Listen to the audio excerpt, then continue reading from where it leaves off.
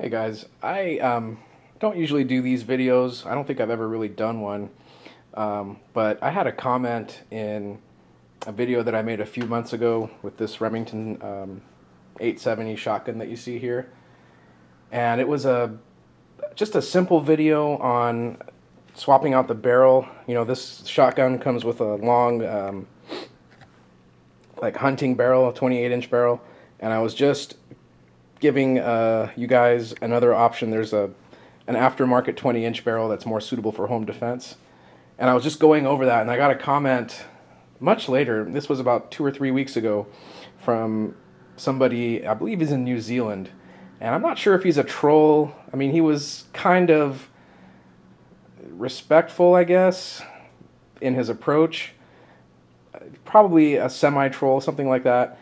And he basically said that this is overkill, and I'm just a crazy American for, just wanting to blow away anybody that comes into my house. And he said that a baseball bat should be all that I need, and that this is ridiculous, and I'm basically a bloodthirsty, crazy American just waiting to blow somebody away. And yeah, like I said, I don't really do these videos very often, but kind of got to me a little bit. First of all, I'm just going to indulge this guy's argument. And let's say I'm a badass. I'm young, able-bodied. I can handle a baseball bat.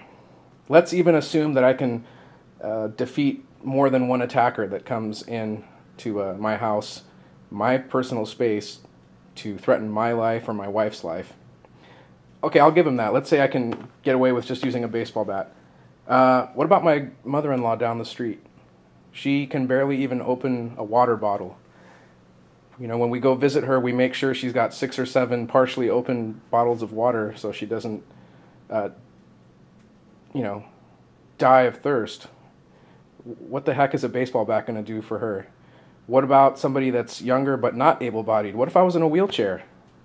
Do you really think that's fair for me to just be able to use a baseball bat? I'm not going to be able to do anything with that. And the other argument, yeah, what if there's more than one person? What if I'm super tough, I'm able-bodied, I'm young, I know how to use a baseball bat, but there's 3 or 4 criminals. Criminals can work together as a team as well. You know, they coordinate their activities. There's a lot of that home invasion going on where there's multiple criminals working together in concert. Do you really think a baseball bat's going to be enough, or a hockey stick, or anything along those lines? Why should I have to risk my life with a piece of sports equipment when I have something like this that's much better suited for that, and that's what it's used for? I just don't understand that. And then, secondly, it's my God-given right to protect myself. You know, I told this guy in the comments, I was really, respectful with him. I didn't cuss him out or anything like that. But I told him, look, this is the last thing that I want to do. I don't want to take somebody's life. If somebody leaves me no choice, I'll do whatever I can. I'll try to run out of the house, call 911, let the police handle it, but that's not always an option. If somebody breaks into our apartment and I have no way out, if I'm trapped, if my wife is trapped, if our lives are in danger, I'm not going to have any other choice. I'm going to pull that trigger. And I know that's hard to comprehend, and it's something that I pray I don't have to do. But if somebody violates my personal space, infringes on my rights, and I'm just sitting here minding my own business, I'm not George Zimmerman. I'm not out there looking for a fight. If somebody comes into my home, then I have a God-given right to protect myself. And thankfully, thanks to our founding fathers and the way that this country was established, we have the right to use something like this in a lawful manner. And, I took offense a little bit to the crazy American response that he put in, because I'm just sick and tired of people demonizing law-abiding, normal people that happen to own firearms. That's just a very broad generalization, and, like I said, I don't know if he was just trolling for a response, but he's not the only person that thinks that way. And what's even more sad is that a lot of people in our own country, our countrymen and our elected leaders, think like that too. I wasn't even a gun owner until about 3 years ago when this happened. I was just minding my own business, driving to work, and out of nowhere, this man jumped out between two parked cars. I thought he was committing suicide. I thought I was going to run him over. But what he did was he jumped right out into almost the middle of the street. He had a backpack with something heavy in there, maybe rocks. Something, it was very heavy, and he just threw his backpack at my windshield. And I have a couple pictures here. And it was, luckily I was able to maintain control of my vehicle. I wasn't going that fast. I was going maybe 35, 40 miles an hour. And what's funny is that this happened less than half a mile from an LAPD police station. The one over there in Culver City on Culver and Centinela, for you guys that are local.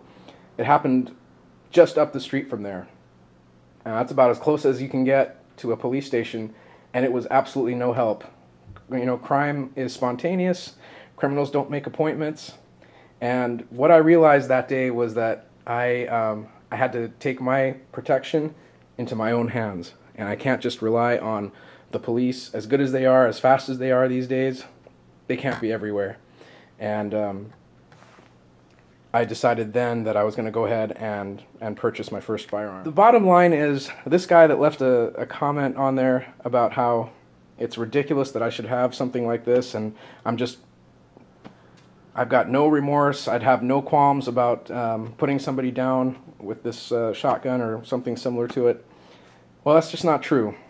If I, God forbid, had to kill somebody who was directly threatening my life, that's something I'd have to carry with me for the rest of my life. That's a huge, heavy burden to bear, and I don't wish that on anyone.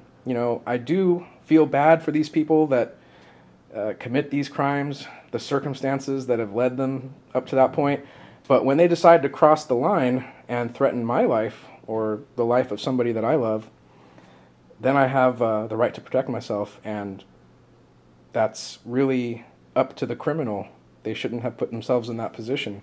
The person that left that comment, and many millions of people like him, are more concerned about the welfare of the poor criminal than me, the innocent victim. That's just something that I just can't wrap my brain around that. I don't know where that comes from. If that's the way you feel and you're more concerned about someone else who's violating the law than me, the innocent person who's obeying the law, well, you can go fuck yourself.